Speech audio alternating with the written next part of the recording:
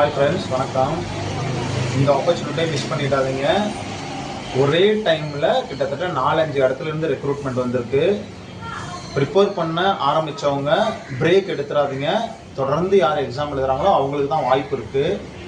இப்போ மட்டும் உங்களுக்கு வந்து பார்த்திங்கன்னா இஎஸ்ஐசி, ஜிப்மரு, எய்ம்ஸு, ரயில்வே, இது இல்லாமல் சிஆர்இ, இது இல்லாமல் உங்களுக்கு வந்து பார்த்திங்கன்னா எஸ்ஜிபிஜிஐ ஆல்ரெடி நீங்கள் அப்ளை பண்ணியிருப்பீங்க. எஸ்ஜிபிஜிஐ, பிஜிஐ சண்டிகர், ஜிஎம்சிஹெச் இதெல்லாம் அப்ளை பண்ணியிருப்பீங்க.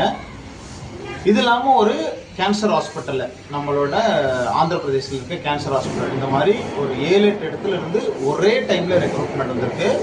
அடுத்தடுத்த மந்தில், அதாவது ஒரு 15 days கேப்பில், 1 month கேப்பில் அடுத்தடுத்த ரெக்ரூட்மெண்ட் வந்து எக்ஸாம்ஸ் உங்களுக்கு இருக்கிறதுனால தொடர்ந்து ப்ரிப்பேர் பண்ணிக்கிட்டே இருந்தீங்க, தொடர்ந்து எக்ஸாம் எழுதிக்கிட்டே இருந்தீங்க அப்படின்னா கண்டிப்பாக இந்த டைம் உங்களுக்கு கிடைக்கிறதுக்கு நிறைய வாய்ப்புகள் இருக்குது. தேடல் யாருக்கு இருக்கோ அவங்களுக்கு தான்